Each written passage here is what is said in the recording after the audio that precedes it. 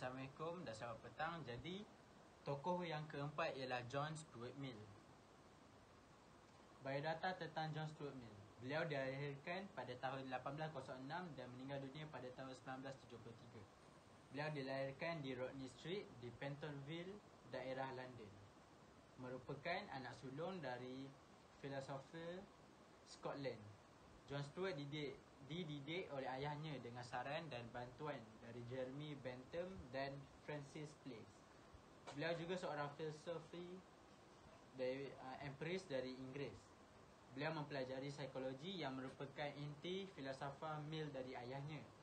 John Stuart mempelajari bahasa Yunani dan juga bahasa Latin.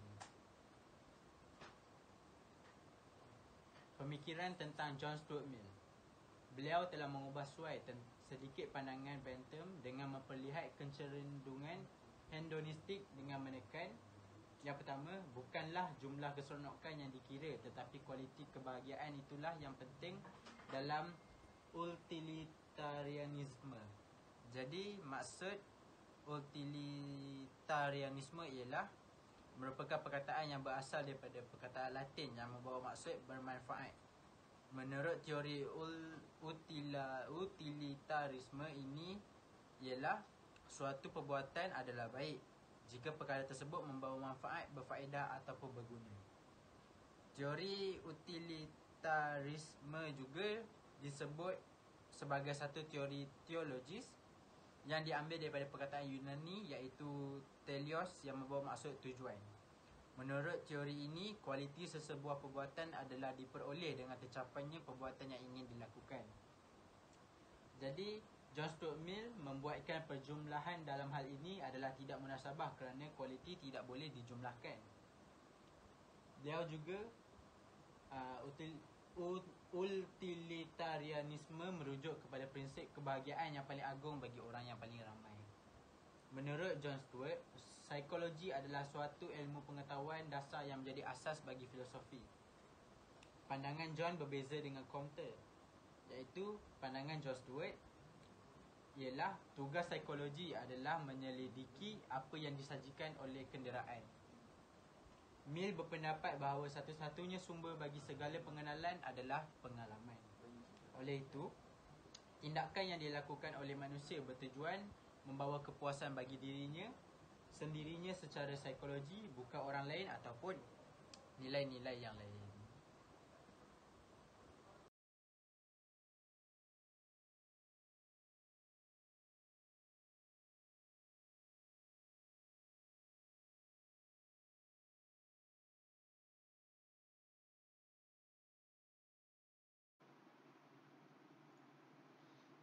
Assalamualaikum warahmatullahi wabarakatuh. Pertama sekali saya ingin mengucapkan terima kasih kepada sahabat saya Imam Ghazali. Baiklah, saya Muhammad Amin bin Suhaimi akan meneruskan pembentangan ini dengan tokoh yang seterusnya iaitu Ibn Khaldun, bapa sosiologi dunia. Terlebih dahulu, saya akan memberitahu biodata Ibn Khaldun. Nama sebenar beliau ialah Abu Zaid Abdul Rahman bin Muhammad bin Abi Bakri Muhammad bin Al-Hasan bin Khaldun.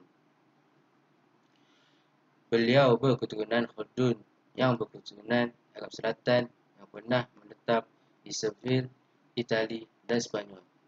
Selain itu, beliau dilahirkan pada 27 Mei 1332 di Tunisia dan meninggal dunia pada 17 Mac 1406 di Kahirah, Mesir, di mana beliau berumur 74 tahun. Beliau berpendidikan ilmu Islam iaitu Al-Quran, Al-Hadis, perundangan Islam, kesusastraan, falsafah, bahasa dan mantik, dan tidak ketinggalan merupakan salah seorang pakar sains Islam yang hidup antara tahun 1332 hingga 1395. Maafkan saya. Baiklah, seterusnya saya akan membentangkan salah satu sumbangan besar Ibn Khaldun terhadap peradaban dunia, iaitu kitab termasyhur yang telah dikarang sendiri dan diberi nama Kitab Muqaddimah. Di dalam kitab ini, Ibn Khaldun telah membicarakan tentang pelbagai perkara, antaranya mengupas kesalahan-kesalahan para sejarawan Arab Muslim yang terdahulu. Selain itu, beliau juga ada mengupas tentang soal ilmu kultur, yakni ilmu kebudayaan, dan beliau juga beranggapan bahawa ilmu tersebut merupakan dasar untuk pemahaman bagi sesuatu sejarah. Seterusnya, tidak ketinggalan juga bahawa kitab ini ada mengupas tentang lembaga-lembaga dan ilmu-ilmu keislaman yang telah berkembang hingga abad ke-14. Meskipun hanya sekadar penghantar dari buku utamanya yang berjudul Al-Ibar, akan tetapi kenyataannya Al-Muqaddimah lebih termasyhur dari kitab ini. Dan kitab ini turut membahas peradaban manusia, hukum-hukum kemasyarakatan dan perubahan sosial. Sebelum saya menyerahkan pembentaran ini kepada sahabat saya ingin memberi rumusan mengenai Ibn Khaldun. Kesimpulannya, Ibn Khaldun merupakan salah seorang tokoh pemikiran dunia sama ada bagi dunia Islam maupun dunia Barat. Buku dan karya beliau telah dicetak dan diterjemah dalam pelbagai bahasa, malahan dijadikan rujukan di universiti seluruh dunia sebagai sumber pengetahuan. Sesungguhnya, Ibn Khaldun telah mengubah pemikiran dunia pada zaman ini. Itu sahaja daripada saya. Saya akan menyerahkan selebihnya kepada sahabat saya. Terima kasih. Assalamualaikum warahmatullahi wabarakatuh. Saya Muhammad Ibn Yusli dari DSF 1B ingin meneruskan slide ini dengan tokoh yang keempat, iaitu Plato. Tokoh ini dilahirkan pada tahun 427 SM di Athens dan meninggal di Athens, Greece, dan meninggal 347 SM juga di Athens, Greece pada usia 80 tahun. Dia berasal dari keluarga aristokrasi yang turun-temurun memegang politik penting dalam politik Athena. Dia juga bercita-cita sejak mudanya untuk menjadi orang negara. Tetapi perkembangan politik di masanya tidak memberi kesempatan padanya untuk mengikuti jalan hidup yang diingininya itu. Namanya bermula ialah Aristokles. Nama Plato diberikan oleh gurunya yang mempunyai nama itu berhubung dengan bahu yang lebar, sepadan dengan badannya tinggi dan tegap raut mukanya, potongan tubuhnya serta parasnya yang elok. Pelajaran yang diperolehnya di masa kecilnya selain dari pelajaran umum ialah menggambar dan melukis disambung dengan belajar muzik dan puisi. Plato mendapat didikan dari guru-guru filosofi. Pelajaran filosofi mula-mula diperolehnya dari Cratylus. Cratylus dahulunya murid Herakleitos yang mengajarkannya semuanya berlalu seperti air. Pemikiran tingkat oleh tokoh Plato ini. Yang pertama, dualisme dunia dalam teori pengetahuan diteruskannya ke dalam praktik hidup. Oleh kerana kemahuan seorang bergantung kepada pendapatnya, nilai kemahuannya itu ditentukan pula oleh pendapat itu.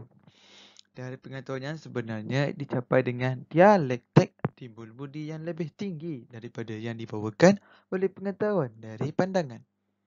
Yang keempat, menurut Plato ada dua budi.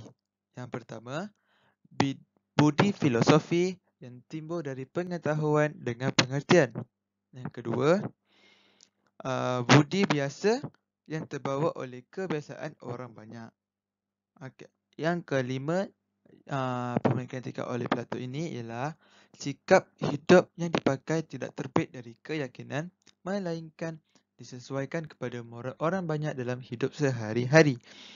Seterusnya, dia berpegang kepada etika eudaimonistik yang berteraskan nilai yang baik, virtue-based eudaimonistic ethics.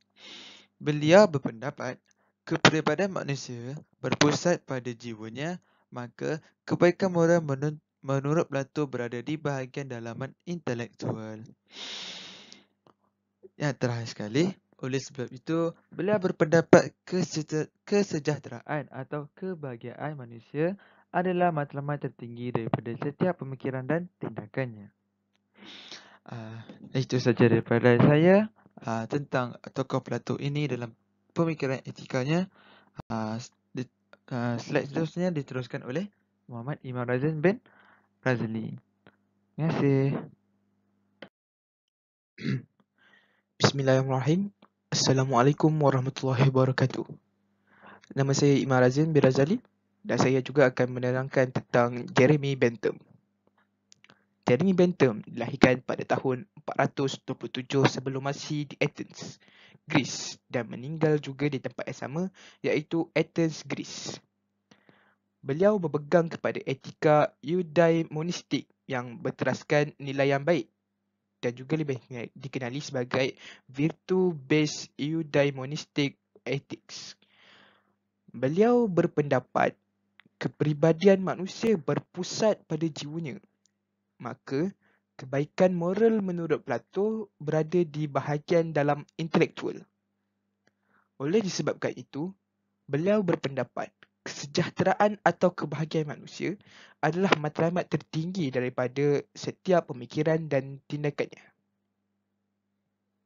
Seterusnya kita akan bergerak kepada pemikiran etika yang dikemukakan oleh Jeremy Bentham sendiri, iaitu prinsip utility. Prinsip utility ini adalah tentang mengenal pasti peranan asas keseronokan serta kesakitan dalam kehidupan manusia. Ianya adalah tentang menerima atau menolak sesuatu perlakuan baik dan buruk berasaskan berapa banyak kesakitan dan keseronokan yang diperoleh dari perlakuan seseorang itu. Ia juga menyaitkan secara langsung keseronokan dengan kebaikan dan kesakitan dengan keburukan. Beliau berpendirian bahawa keseronokan dan kesakitan itu boleh dijumlahkan serta juga boleh diukur. Ini adalah tentang utilitarianisme, iaitu aliran pemikiran etika yang berpegang kepada konsep buruk dan baik yang dinilai secara kuantitatif. Ianya bermula berkembang pada abad ke-18 dipelopori oleh Jeremy Bentham, iaitu seorang pemikir dan ahli falsafah Inggeris.